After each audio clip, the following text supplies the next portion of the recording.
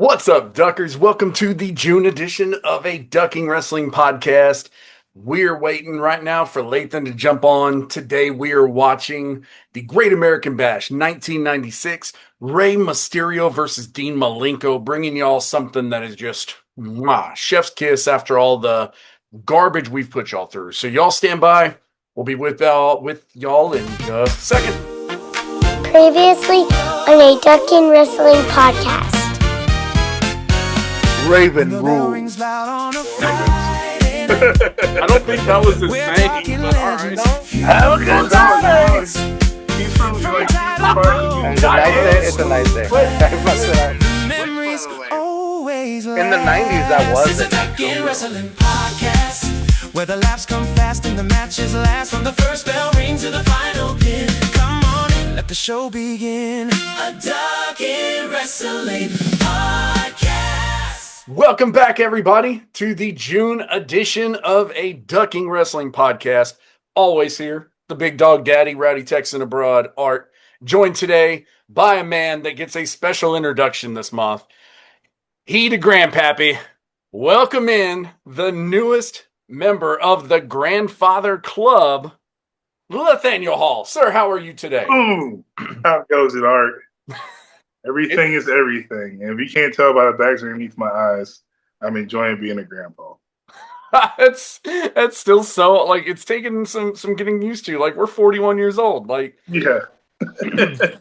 like you're Listen, if I can do it, anybody can do it. I wouldn't suggest it, though. your new baby granddaughter is only 3 years younger than my son. I'm a shut up, man. So, Yeah, I have a really Hispanic family. speaking of the Hispanic family, today we are watching Rey Mysterio's debut. His first match in WCW against Dean Malenko for the Cruiserweight Championship. I've never watched this match. I mean, this is 1996, so we would have been just over 11 years old. It took place June 16th of 1996. So I have never watched this match. I've never seen it. So I'm looking forward to it, man. It's kind of crazy to think that Rey was 21 years old at this point. Yeah. And, he had been wrestling since he was about 14, but this was really his introduction to American fans against the man of 1,000 holds, Dean Malenko. Yeah. No, it's when I was looking at this, I was like, that's crazy. Because, I wasn't watching the Great American Bash anyways. If it wasn't on TBS or TNT, I wasn't watching it. And if it had PPV in front of it, I definitely wasn't watching it. Yeah. Couldn't get the parents to justify $30 of extra money to the cable bill for that month. But yeah, man, it's been a little over 30 years to the day of this match. Because right now we are June 24th recording, and this was all of June, what day? 16th. Thank you. But yeah, it's crazy to see such a body of work from its beginning, right? Because we spent decades watching Rey Mysterio at this point. Hell, his son is a superstar now. Yeah. He's had a 20-year career already. His son is not just a superstar. He is the king of the luchadors. Let's get that right. Oh, my bad. El Rey de Luchadores. Dirty Dom. Yeah. Shout out to Dirty Dom on that one. Yeah. What surprises me, though, is that we never saw... So this is his Rey Mysterio's WCW pay-per-view debut, but I guess he had never... My time frame during that is really kind of funky. So ECW, he had come from ECW to WCW, but I guess that was prior to the first pay-per-view that ECW had, and ECW was still more regional versus WWE and WCW at the time. Yeah, because it was him, Jericho, Guerrero. I felt like 4 or 5 other cruiserweights that started out at ECW, and that was when '96 is when basically Eric Bischoff took over, and he was just trying to find new ways to keep the products fresh, and that's when he introduced the cruiserweights. And so, Dean Malenko was one of them. Like, Dean Malenko came over from ECW too, and so the ECW was like kind of like FCW for WWE right now. It's just kind of like a feeding to the bigger system. In the same way, in respects to WWE later on, where they use some of their talent for squash matches and dark matches back in the day. So, yeah. Yeah, it's weird to think about this is the first introduction of Rey Mysterio because it feels like he's been such a staple in professional wrestling in the United States for so long that you never really kind of think of like his starting point. You know what I mean? Yeah. Like they always talk about like he started wrestling at 14, you know, his uncle, right? Was the original Rey Mysterio in Mexico. He got deemed Rey Mysterio Jr. for most of his WCW run, if not all of it. Once he came to WWE, he received permission from his uncle to drop the junior part, and then the rest is history. Yeah. So yeah, I think this is gonna be a great one. Everybody, jump over to YouTube. So we had to find this on the official WCW YouTube channel. I'm still searching around. If anybody knows where the actual archive has been moved to, it's not on Peacock anymore. It's not on Netflix. I don't know what they've done with it now that they've left Peacock for their premium live event. So if anybody's got that, then let us know. Real quick, Jersey of the month. That boy Myles Garrett, sadly heading to LA. I had been wanting a Myles Garrett jersey, so as an Aggie, he's the best to do it right now, and it gave me a reason. Now that I get it discounted, but I will not be buying a Los Angeles Rams jersey. There are certain teams that I refuse to ever buy a jersey from, despite how much I may like a player on that team. So will not be doing it. New York Knicks, you are on my list now as well. That's fair. Because fucking New York. Yeah. So we're going to take our first commercial break. We're going to come back. We're going to get the match going and see how it do. Y'all hang tight. Hello, wrestling fans. This is Fanboy Dave. Catch myself, Big Kev, and Jeremy from Brothers of Discussion weekly on Spotify, Apple Podcasts, and any other platform you use to listen to your favorite podcasters. We talk about WWE mostly and have a real good time giving our takes. And every now and then, might throw a little shade at AEW. So hope you give us a shot. You won't be disappointed.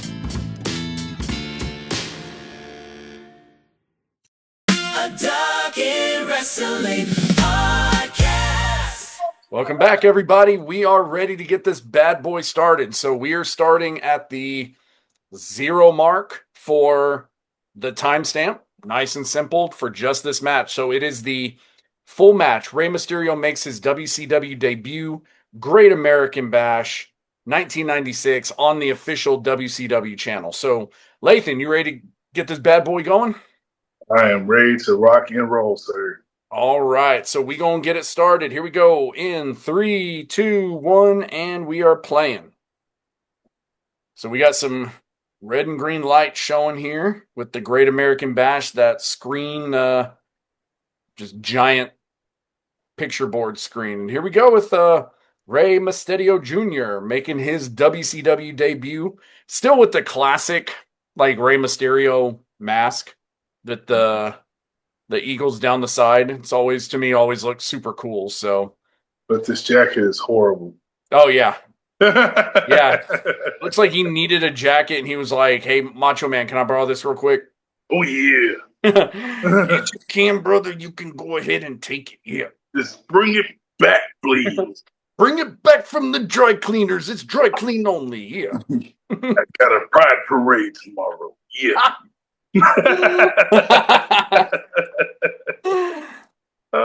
And man. here we go with Dean Malenko. Lathan, here the $1 million question, or I guess the $1,000 question for him. Is he one of the most underutilized and underrated professional wrestlers in history? Hands down.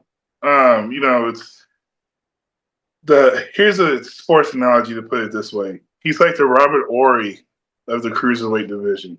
Oh, that's a deep cut right there. Yeah, like he's always been a great tool, and always been like a great like wrestler overall. They just never knew how to use him more often, especially in WWE when they had that full Oh, we got a acquisition. commercial. You got a commercial. I got premium, bitch. Yeah, Daddy ain't got premium. Daddy ain't got premium YouTube money. Oh man. But I'm back. It only lasted about 6 seconds. Hey yo. So yeah, I agree. I think he's one of those guys that they kind of never really knew what to do with. I think he lacked in personality. Yeah, and like he's when in WCW, like the way they used him storyline wise and for the cruiserweight division was always great. Like hands down, it was always entertaining, especially like putting over. He's a good wrestler to help put other wrestlers over. Yeah. When it comes to kind of bolstering them and making them look better in the ring, sort of like X-Pac or Six, like they're good. God, what's the word I'm looking for? They're a good hand. Yeah, there you go. Yeah, and especially like I remember his feud with Chris Jericho. That was absolutely hilarious the whole time, and it was so good. Always watching them go back and forth in the ring. Yep. I had the pleasure of meeting Dean Malenko at a Gold's Gym once. Super nice guy. Oh man. Yeah, like it was. I can tell you exactly what day it was. It was Super Bowl Sunday. The first time the Giants beat the Patriots. Nice. Yeah. Arn Anderson was there. Tully Blanchard did a couple of curls with Fit Finley. Oh, badass. Oh shit, dude. Speaking. So this match so far is phenomenal. I mean, this is like it reminds me a lot of kind of the spot fest you would see with like Ricochet and what's the white dude? Will Ospreay. Will Ospreay, but this seems more organic. Yeah. You can tell the spots are kind of planned out, but they don't come off as like a dance. They come off as like legitimately this stuff is happening as we're going, you know? Yeah. Plus, it can lead into that. Like, most of this is being called on the fly. Yeah. Because this is old school. We don't do all that planning shit out shit. Right. Not yet. But no, it's that's the one thing I always loved about the cruiserweights is that how quick and reactive they can be in the ring. Of course, you always have some spots laid out, but overall, like this is them just moving the whole time. Yeah, it's really. I mean, they're doing phenomenal. I would like to point out though, there's a dude right behind Dean Malenko wearing an old school double star Emmett Smith jersey. I see it, dude. That I actually have a Troy Aikman one like that, like in my closet right now. I don't know if I've worn it for a show yet because it's just like that. It's got like the sleeves are long cut like they used to be back in the 90s, so it comes down to like mid forearm. Dude, all right. Then also if you actually look 4 people down from the double star, there's a dude wearing an old school V-neck Redskins jacket. Wow. Well, we keep saying old school, but no, it was just the time. It was just the time. That was current school. Dude, it's sometimes I go back and watch these and like I'll look at the crowd. I'm like, okay, this is very 90s. I remember all of this. Yeah, back when us Cowboys fans still had hope. Yeah, you'll have that one ring. Oh, they were defending champions at that time. You're right. This was that third Super Bowl in the 90s that they were going. But I digress. We're kind of getting off track here with this really good match. I will say something that's distracting me is like Rey Mysterio's attire. Like his pants look like he's wearing like the high waist panties on top. It's really kind of distracting me, but Well, I mean, it is Pride Month, Art. Glad you're leaning into it. it's 1996. Was there a Pride Month in 1996? No, you were just gay back then. I was 11. Oh man. But yeah.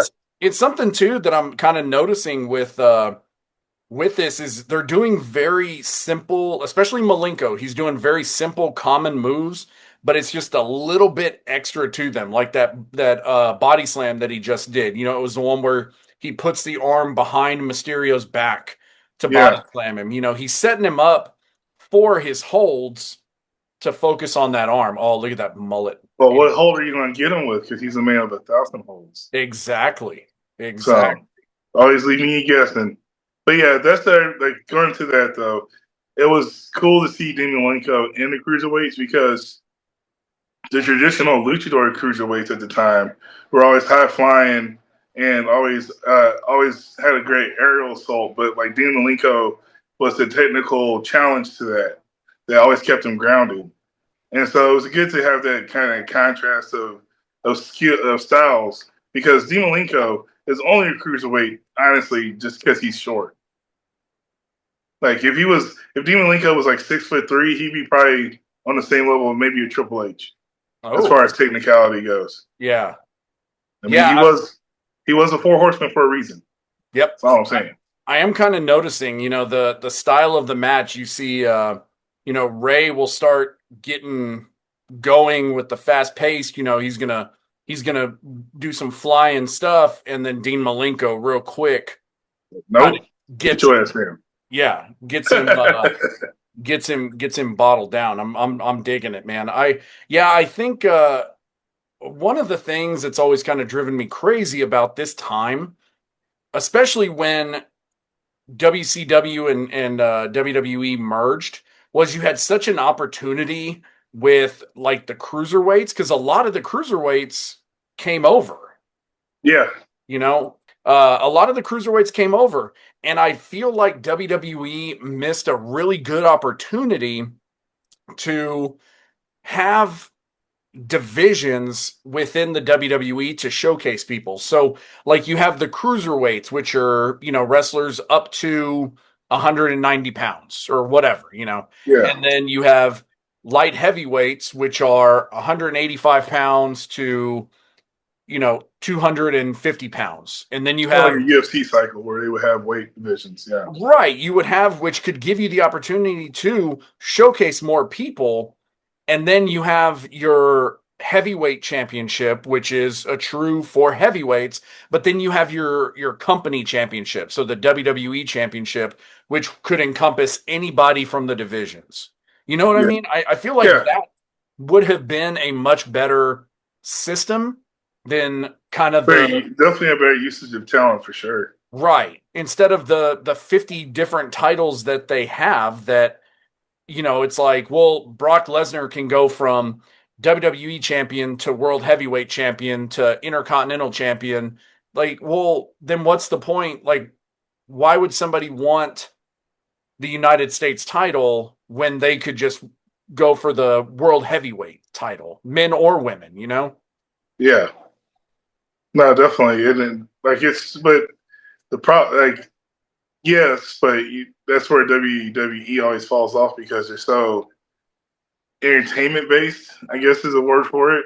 Like they're focused on a different picture and they're losing the bigger picture. They're looking too micro at their bigger wrestlers and they forget about the macro of like the entertainment that cruiserweights truly bring. Yeah. And what they can actually show off and provide that different area of opportunity to get more fan base in, which I think they're doing a better job of now because of AAA. But even then, like it was like we're 30 years removed. Yep. And we could have had this, or 20 years removed from the merger, and we could have had this a long time ago. Yeah. But that's where like the mentality and the culture of the office comes into play. You know what I mean? Yeah, I mean, well, Plus, we know that traditionally Vince McMahon, oh, that was an awesome belly to belly with the arm tucked back. That was awesome. yeah, and Uh plus Vince hates cruiserweights. yeah, that's what I was gonna say. Vince notoriously hated the small guys. And I mean, I feel like the light heavyweight championship in the late 90s was kind of it was a forced hand because WCW was thriving with the cruiserweights. You know, Yeah, the money was in the NWO, but the talent was in the cruiserweights. I think if when ECW first closed down and if they would have brought in Paul Heyman earlier, well, they still had a light heavyweight division. It probably would have been slightly different as far as like some of the creative they may have put into it. Because Paul Heyman, just as much as Eric Bischoff appreciated and understood the value of a cruiserweight division, Paul Heyman really leaned into a lot of these guys too. As far as storylines and stuff go, hence why they were in ECW and gave them a place to work before anybody else really highlighted them. Yeah, But see, but I disagree with that because Paul Heyman coming into WWE at that time, Paul Heyman is notorious for wanting his guys on top. So if they had brought Paul Heyman in, we're not getting quality matches with the guys that were in WWE at the time. I mean, you had Taka Michinoku, you had, Aguila, you had S.A. Rio, guys that could legitimately go. I guarantee you those guys would have been pushed to the back for the easily. ECW guys. Like No, Paul Heyman's notorious for being just very partisan. I understand it. He's loyal to his guys, but Mexican surfboard to Rey Mysterio. yeah, but also to that point, how much would it cost to pull at least 2 or 3 of these headliner cruiserweights from WCW at the time? No, yeah, that's very true. I mean, Because they are working for pesos. yeah. For half of them. So, but if you would have had like Paul Heyman go talk to like a Dean Malenko or Chris Benoit at the time, you pull Chris Benoit and Eddie Guerrero and like a Rey Mysterio, and you can bring them over to WWE earlier in their career, like they have potential. I agree, but I disagree. Vince would never have let it happen because he's not going to let Paul Heyman and the cruiserweights outshine big guys, regardless of how well. I mean, he's not going to let a Dean Malenko outshine somebody like fucking Mabel because stuff like that. Where it's like, well, he's just a big guy, and he's not going to allow it. So I think if they had brought Paul Heyman in with the cruiserweights early on and Vince had been hands off, it could have been very, very well taken, but Vince would never, ever, ever have been hands off. We all know how handsy he is. Mm-hmm. I see what you did there. Oh, you fantastic son of a gun. Yep, it's them dad jokes. That's a good little he's got him in that arm lock. I like Dean Malenko's mentality, and it's transpired and it's rubbed off on a lot of the matches that he handles now, because I think he's in AEW right now, right? As a coach or as a producer. Yeah. Like his mind for the matches, I mean, he's spending the whole match focusing on one arm. So it legit comes off as like he's legitimately in this match. You know what I mean? Yeah. I mean, he keeps them grounded and well-rounded. Yeah. I mean, and that's the perfect, and that's traditional wrestling in a nutshell. That's the perfect mentality for this match too. Is it's actually a psychological match that he's got to keep Rey Mysterio grounded. He can't let him start flying. The psychology of this match is phenomenal. Even the pin attempts, he's like focused on that arm, still trying to get the pin attempts. It's weird. Every now and then, like Malenko looks up and he looks like a little midget version of Rick Rude. That 5 o'clock shadow. Like in the 5 o'clock, like he'll look up and it like real dark, and it looks like he has a mustache, so he just looks like a Funko Pop of Rick Rude. Dude, such a talent. Yeah. You know what's weird too is Rey Mysterio's kick pads. They look really fucking weird. Yeah, those are. Clearly, he's not wearing. All right, so this is how I know how far back this is. This is before they actually started giving wrestlers kick pads to their boots, because these are hockey pads. No, they're not. Yes, he's literally wearing shin guards. It's either soccer or hockey, one of the two. But those are shin guards. You can see where they're just strapped to the back of his leg. Yeah. I did see that. Either that or Rey Mysterio was still really broke back then. But either way it goes. But yeah, it's because, nowadays when it comes to like the garments and the outfits they wear, like it's easy to find a pair of just slide on kick pads and stuff. But no, they didn't have that back in '96. No. What is that? Yeah. Oh, Rey Mysterio getting Dean Malenko to the outside. Not bad. That was a cool little move, but Malenko right back to it.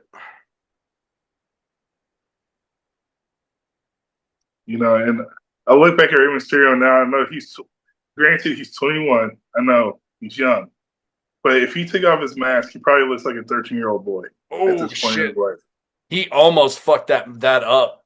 He did the flip off the top rope to the outside to Dean Malenko, and he landed it short. And Malenko had to catch him, yeah, scoot under him to try to keep him from breaking his back. Jesus, dude. Hey, man. YOLO. Right? He's 21. He don't care. Yeah.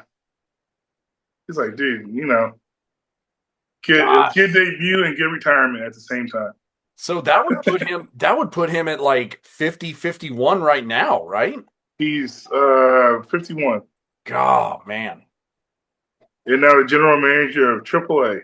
Yeah, I'm kind of excited for that. Him as the general manager with Undertaker running it. Like, AAA is the bomb. Yeah. Right now, absolutely entertaining. Like, it's always great to go back and watch it. Yeah. I have to go watch the replays sometimes. Yeah, everybody watching, when this is over with, go look at mine, and just happen to have George back on the channel. We were watching the AAA match together, and we gave it a rating, and I think it's the highest rating I've ever given a match for the Mask versus Mask El Grande Americano match. That thing was just such a classic, 5-star classic, absolutely. For any consideration. I will say, for one quick comment on the current product. Reversal. I don't and like reversal. And reversal. I don't like how they're using Chad Gable right now. I don't like the apology tour. I'm still enjoying. I'm waiting to see how it pans out. I feel like there's still another. Like it's going to eventually turn into a heel turn, where it's like, oh, I'm nice now. I'm like, and then he's going to get enough rejections of him being nice that he's just going to turn heel. Be like, man, you know what? Fuck it. Y'all want me to be this way? I'm just going to keep on snapping ankles. I'm going to turn to Perk Angle. Oh, man. Perk Gable. Yeah. Ooh. Like that. When that intro hits, oh, he's got on the ropes. Get him off the rope. Oh, whoa. Wow, that was an interesting ending. I love how they still call it Frankensteiner and not Hurricane Rana. Yeah. I'm like, it's not Scott Steiner's move. It's just a fucking Hurricane Rana. On a side note, that is one of the most beautiful championship belts ever made. The Cruiserweight, yeah. Yep. Well, that ends the match, everybody. We got the 3 count from Dean Malenko cheating by grabbing on to the ropes to get the 3 count over Rey Mysterio in his debut match for WCW. So we're going to take our last commercial break real quick and be back with our thoughts and ratings and all the good shit. Welcome back. Welcome back. Welcome to Too Hard, Too Fast. Too hard, too fast. Too hard, too fast. Too hard, too fast. Welcome to Too Hard, Too fast. Welcome back. Too hard, too fast. When we go off the rails, and George has to worry about it. So here we go. Find Too Hard, Too Fast podcast on Apple, Spotify, and YouTube. A Dog in Wrestling podcast. All right, everybody, welcome back. We just got done watching Rey Mysterio versus Dean Malenko from June 16th, 1996 at the Great American Bash.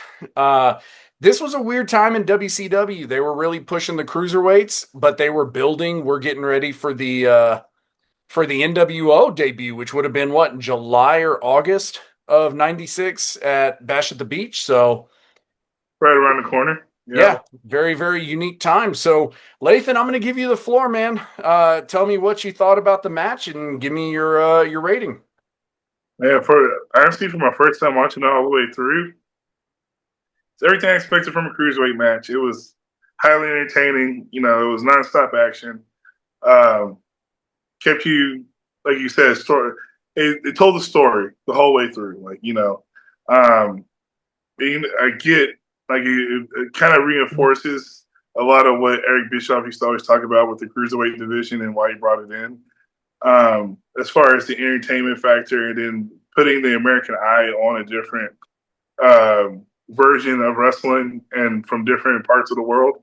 And but giving it, some really good technical elegance with Dean Malenko and Rey Mysterio in there having a good match. So definitely on the top of one of my favorite cruiserweight matches that I've seen as an adult for the first time. So with that being said, I'll give it a 3.8 out of 5. Nice. That's a good rating, man. I really enjoyed the match. It was fast paced. Well, like we said during the match itself, man, it was fast paced. But you could tell the psychology behind it. It wasn't fast for the sake of being fast, like you would see with Will Ospreay and Ricochet, that famous video that was from, a few years ago from New Japan. It was fast paced because it told the story. Rey Mysterio is a high flyer, fast paced, gets momentum going, and that's how he wins. Malenko is the slow, methodical, grind you down, make you submit, hurt you one way or another kind of wrestler. And it told such a good story that I didn't even need to know what the prior match may have been or the next match or what led up to it from Nitro. I didn't even need to know any of that. Yeah. At this point, I was able to sit, watch the match, appreciate it for what it was. For that, I'm going to go ahead and give it a 4.25 because that was one of the best psychological matches I've ever seen without being boring. Because you get that a lot. Like matches that tell a good psychological story get kind of stagnant and boring, but the dichotomy of Rey being fast-paced, Dean being slow and methodical, it worked perfect together. Yeah. Plus, the other cool part about this match is going into it, as the adult brain we have now, watching most of our AEW wrestling, even with WWE, you see where you're going to set up for certain spots, and you kind of predict how a match is going to flow. With this one, that match could have ended either way, and I would have never known the difference. Rey Mysterio could have easily have won that one. Dean Malenko obviously won that one the way he did. But, it was one of those that, there was no finisher to really end the match. It was just hey, we did this, and here we are. This is going to be the way we close it out. And from bell to bell, they were both matched in a way that, the psychology and the story was told that either way, either person can win this. It just says who's going to be quicker on their feet, or, in this case, Dean Malenko off his feet. There we go. All right, everybody. Well, Bazinga. Booyah. Well, everybody, thank y'all so much for tuning in, checking it out. We are going to be getting it going in July. We got 4th of July coming up, America's 250th anniversary. Lathan, Freedom Mania. You got any good plans, Latham, for 4th of July? Laying my ass at home and getting some sleep. No, we'll probably be shooting some fireworks off in somebody's backyard. But also making sure I get some naps in because the grandbaby's been keeping us up lately. Oh man, yeah, I get. Oh, we have that stupid dog. You gotta worry about his anxiety now. You got wait. You need to tell Anna you're going to come over to Art's house and just hang out, and I will just put you up in the chair in the front room, and you can just sleep. Yeah. We won't tell it. I'll make sure to come to your house for the 4th of July and just don't tell her that you're out of town. Just come and sleep. Yeah, we are heading out tomorrow to my wife's family reunion in Missouri, and then heading over to Branson and Table Rock Lake for a week and the 4th of July to sit in a cabin, fish off Table Rock Lake, try to catch some rainbow trout, and consume some adult sodas. So we will be off the grid for a little while, but we will still see y'all at the end of July with our July episode. Everybody have a safe and wonderful 4th of July. God bless America. And as always, holla at your boy. Always last. It's a Talking Wrestling podcast where the laughs come fast and the matches last from the first bell ring to the final pin. Come on in, let the show begin.